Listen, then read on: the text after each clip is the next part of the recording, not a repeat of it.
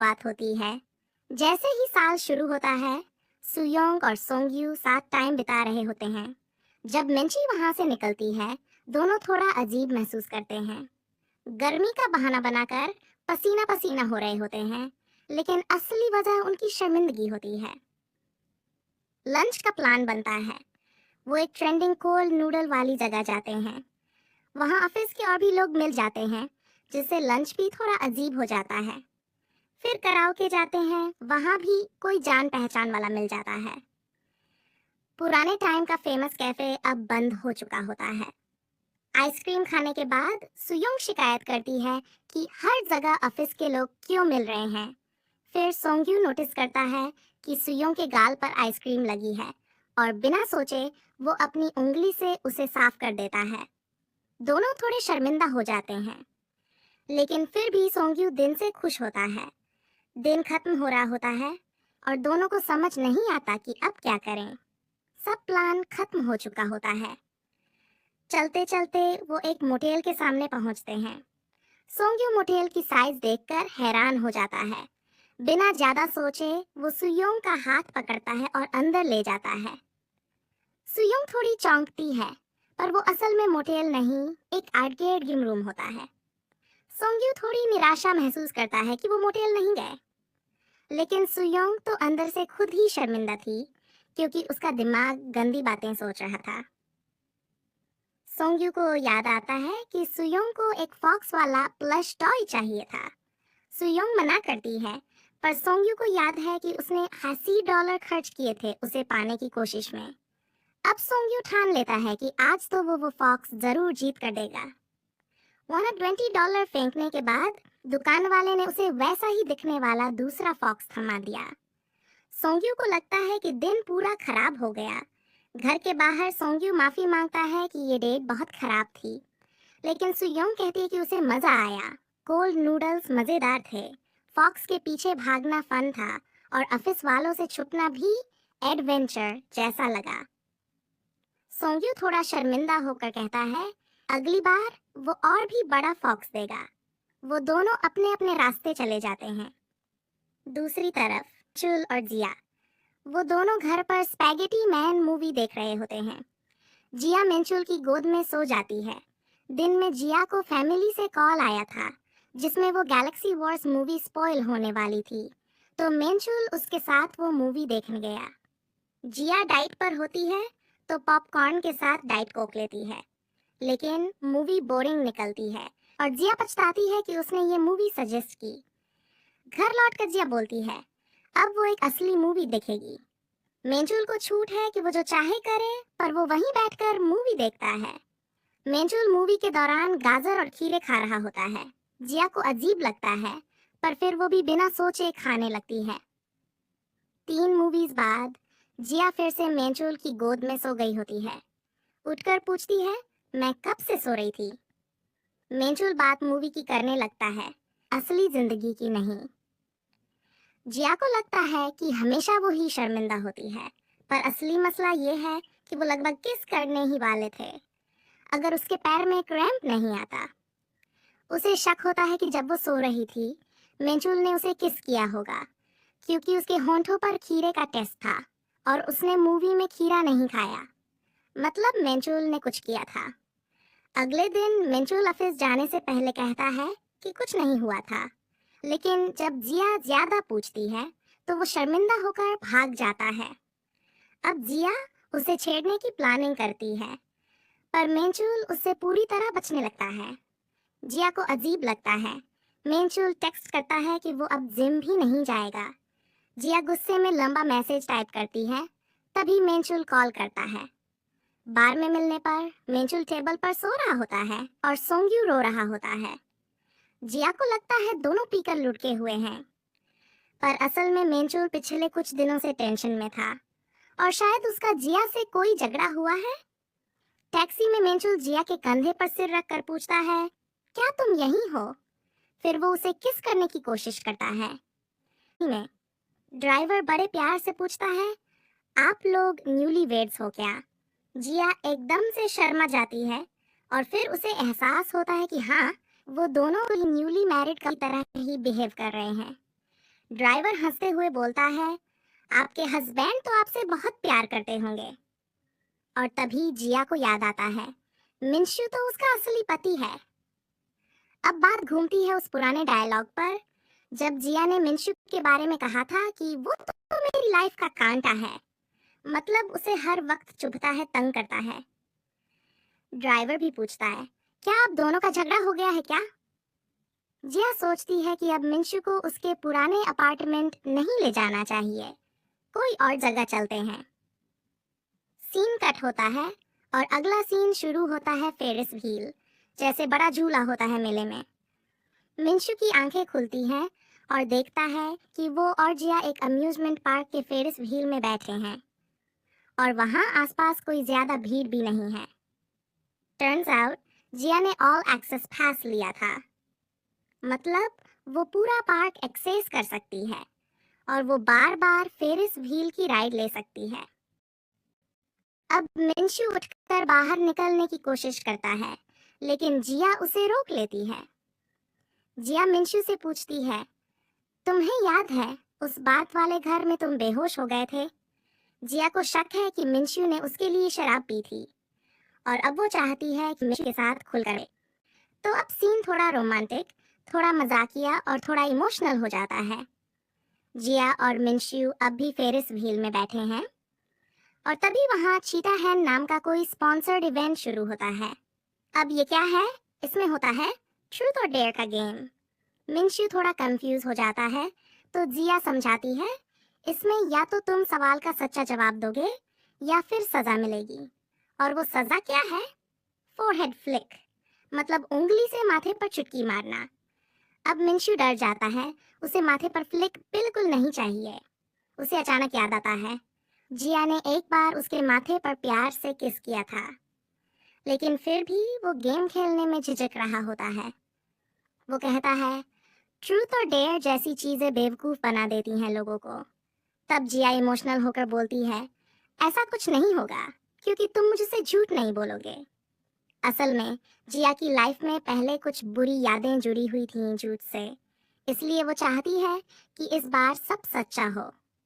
अब जिया मिंशू को उकसाती है, ये तुम्हारा चांस है मुझसे कुछ भी पूछने का और फ्लिक करने का भी। अब मिंशू मान जाता है, ठीक है, खेलते हैं। फिर दोनों रॉक पेपर सिजर्स खेलते हैं, ये तय करने के लिए कि कौन पहले पूछेगा। जिया जीत जाती है।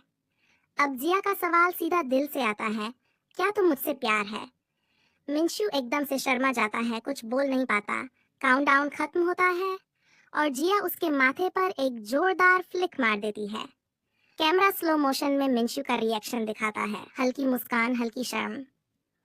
अब बारी आती है मिंशू की। उसका सवाल सीधा और साफ होता है, क्या तुम्हें मुझसे प्यार है? अब कैमरा जूम करता है जिया के चेहरे पर, उसकी आंखें थोड़ी हिली हुई, दिल की धड़कन तेज और बैकग्राउंड में हल्का रोमांटिक म्यूजिक। क्या जिया जवाब देगी या फिर उसे भी फोरहेड फ्लिक मिलेगा? सवाल वही है, जवाब दोनों के लिए बड़ा भारी। क्या इस गेम से दो दिलों की दूरी कम होगी या बढ़ेगी? आहा, जिया हल्की सी हंसी के साथ बोलती है, मैंने ये कब कहा कि मुझे तुमसे प्यार नहीं है? और फिर वो चुपचाप उठती है और कुछ बियर लेकर आती है। मिंशू थोड़ा कंफ्यूज हो जाता है, जैसे उसके दिमाग में सवालों की बाढ़ आ गई हो। वो कुछ ही हुआ होता है कि जिया उसे रोक देती है।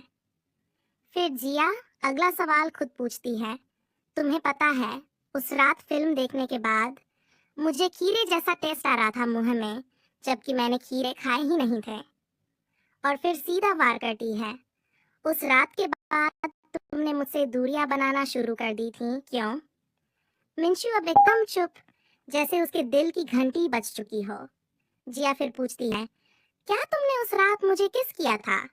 सो रही थी। फिर वो खुद ही जवाब देती है, बचने की कोशिश मत करो मिंशू, हम दोनों यहीं रहेंगे जब तक मुझे पूरा जवाब नहीं मिल जाता। मिंशू कुछ सेकंड्स चुप रहता है और फिर धीरे से कहता है, नहीं, मैंने तुम्हें किस नहीं किया था। पर जिया हंसते हुए कहती है, गेम खत्म और जवाब झूठ है। कैमरा क्लोज अप जाता है जिया के चेहरे पर। तुमने मुझे किस किया था मिंशू? होंठों पर नहीं, माथे पर।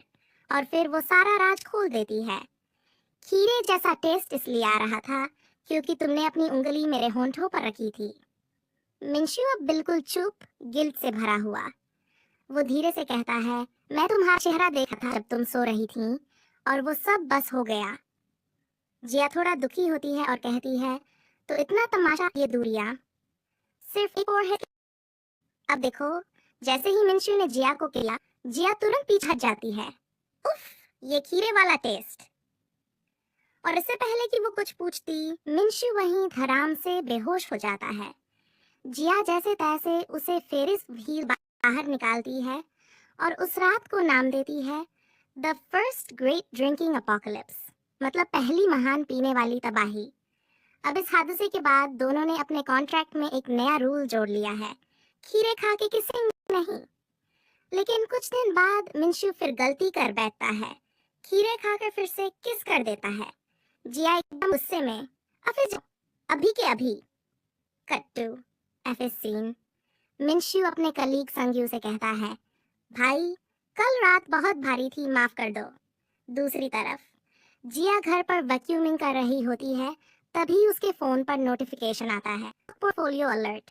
ये जान लो, जिया को स्ट्रगल नहीं है, वो तो फ्रीलांसर जो काम ना भी करे तो भी अमीर है टाइप है। उसके पास स्टॉक्स और डिविडेंड्स हैं जो उसके बिल्स आराम से भर देते हैं, या कहें भर देते। अब उसे लग रहा है कि शायद उसका स्टॉक ऐप खराब हो गया है क्योंकि उसके इन्वेस्टमेंट की वैल्यू गिरती ही जा रही है। पहले 9.2% गिरा, लेकिन जिया सोचती है नहीं, दिन बाद 0.9% गिर चुका है। मिंशू अब थोड़ा टेंशन में है, पर जिया अब भी कॉन्फिडेंस में। घबराने की जरूरत नहीं, पहले भी गिरा था, फिर उठा था। इसी बीच न्यूज आती है कि एक बड़ा बिजनेसमैन तलाक लेने वाला है।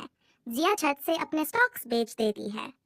अगली सुबह स्टॉक सीधा +0.3% ऊपर चला जाता है। जिया एकदम गुस्से में, ये आदमी तो मेरी किस्मत का दुश्मन है। कैमरा जिया की बड़बड़ाहट, फनी एक्सप्रेशन, बैकग्राउंड में कूल म्यूजिक। अब जिया ने सोच लिया, जब स्टॉक्स नीचे हो तब खरीदना मतलब डिस्काउंट पर लेना है। पर ये लॉजिक गलत टाइम पे लगा बैठती है। वो ऊंचे दाम पर खरीदती है और सस्ते में बेचती है। अब हाल ये है कि जिम में एक्सरसाइज करते हुए भी उसका इन्वेस्टमेंट घाटे में चला गया है। मिंशु पूछता है, तू वर्कआउट करने आई है या फोन से शादी करने? जिया मस्का लगाते हुए कहती है, अरे नहीं, शो देख रही थी। लेकिन अंदर से उसका दिल रो रहा होता है। थोड़ी देर बाद बड़ा स्कैंडल ब्रेक होता है। वही बिजनेसमैन जिसकी वजह से उसने स्टॉक बेचे थे, अब एक नए स्कैंडल में फंस गया और स्टॉक्स और भी नीचे गिर गए। अगर जिया ने तब बेचा होता तो बच सकती थी, पर अब वो बस देख रही है अपनी अमीरी को धीरे धीरे गिरते हुए। जिया का लॉजिक एकदम जिया टाइप है, जब तक मैं अपने स्टॉक्स बेचती नहीं तब तक मैंने पैसे नहीं गंवाए। वाह बेटा, सोच को सलाम। और तभी मिंशु आता है। चेहरे पर टेंशन साफ झलक रही होती है। वो धीरे से पूछता है, जिया, क्या तुम्हें कोई और पसंद है? जिया की आंखें फटी की फटी रह जाती हैं। क्या? नहीं, बिल्कुल नहीं। मिंशु बताता है कि उसने एक वीडियो देखा था जिसमें बताया गया था, अगर कोई शादीशुदा इंसान अचानक बदला बदला बिहेव करने लगे तो हो सकता है वो किसी और में इंटरेस्टेड हो। जिया पहले कंफ्यूज होती है, फिर उसे खुद समझ आता है कि उसने वाकई वो सारे सस्पिशियस बॉक्स टिक कर दिए थे।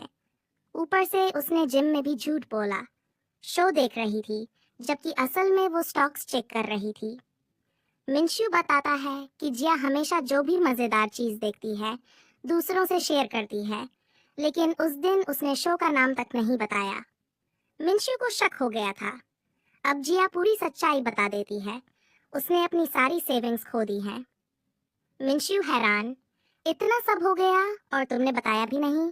जिया समझाती है, मैं नहीं चाहती थी कि तुम फालतू में टेंशन लो। मिंशु सोच में पड़ जाता है, अब तुम्हारा गुजारा कैसे चलेगा? जिया बोलती है, मैं काम करके पैसे कमाऊंगी, कोई बात नहीं।